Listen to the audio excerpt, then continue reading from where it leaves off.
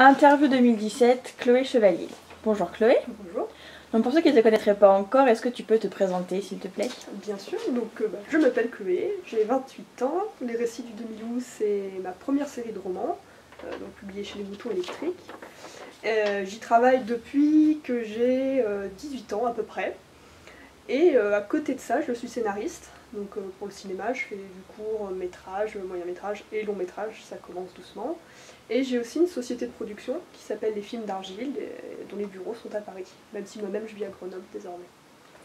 Est-ce que tu peux nous présenter un peu l'univers de ta série Récits du Demi-Loup justement, dont les premiers tomes Viridienne et les Terres de l'Est sont parus aux Moutons Électriques? Oui, bien sûr. Donc c'est une série en 4 tomes qui se passe dans un univers de médiéval fantasy, même s'il n'y a pas vraiment d'éléments de fantasy dedans, au sens où il n'y a pas de magie, aucun pouvoir magique, aucune créature, qui en aura pas, c'est pas quelque chose qui va apparaître petit à petit.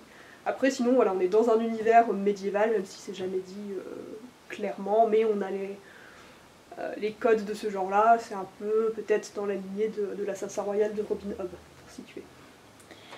Tes romans abordent du coup des relations complexes entre les personnages féminins, donc l'amour, la trahison, l'amitié. Est-ce que tu te projettes un peu en chacune de tes héroïnes? Oui, bien sûr. Je m'identifie à aucune d'entre elles, il n'y a pas d'identification absolue, mais il y a, chacune d'elles a un peu de moi, plus ou moins hein, selon les héroïnes. Après, je dirais pas forcément quoi, parce que c'est comment dire, difficile à cerner. Mais bien sûr, je me projette un peu dans chacune d'entre elles, et de toute façon, même c'est nécessaire même pour les personnages masculins en fait. C'est-à-dire, enfin, moi personnellement, j'arrive pas à décrire un état émotionnel, même à décrire une réaction cohérente pour un personnage si à un moment je me mets pas à sa place un minimum en fait. Comment un tel, selon ce qu'il a vécu, selon sa psychologie, va devoir réagir dans telle circonstance, je suis un peu obligée de me mettre.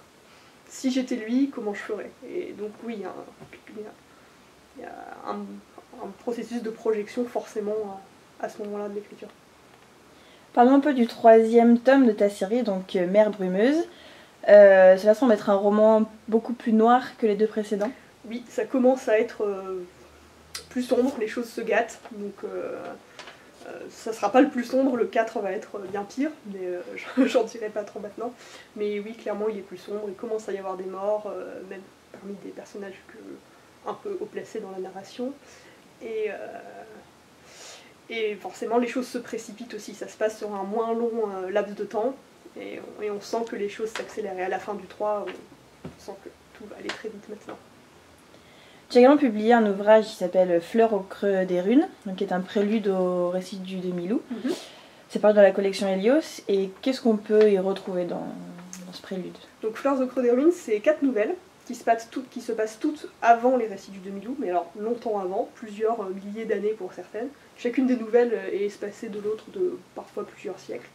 Et ça va présenter un peu les différentes civilisations, ou du moins cultures, qui vont se succéder sur ce même territoire géographique, qui est le Demi-Loup, et comment chacune va laisser des traces dans l'autre, laisser une influence qui va ensuite être plus ou moins reprise, réinvestie, réinventée, quand d'autres vont arriver, quand ils vont évoluer technologiquement ou régresser.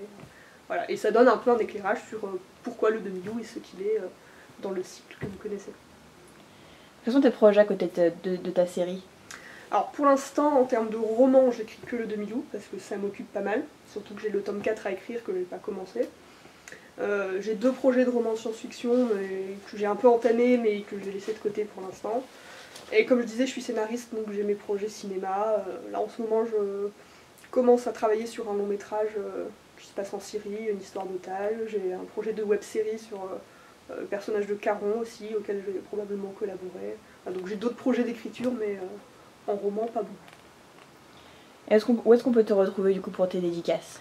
Alors, il y aura le Salon du Livre de Paris, les Oniriques à Lyon, et si je me souviens bien de ce que m'a dit mon éditeur, il y aura la Japan Geek Touch, je crois, à Lyon aussi, et c'est tout pour ce que je sais pour l'instant.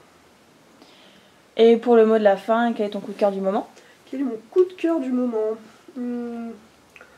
C'est difficile à dire. Disons qu'à l'échelle de l'année dernière, j'ai lu pas mal de Marguerite Duras, un auteur que j'ai découvert assez tard, qui me plaît pas mal, parce qu'elle prend le temps d'aller au fond de... Comment dire, elle explore vraiment en profondeur les rapports entre ces personnages, des états intérieurs parfois décrits très précisément, même si l'action est très ténue.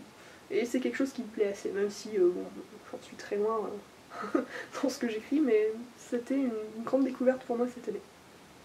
D'accord, et ben merci beaucoup. Et bah merci.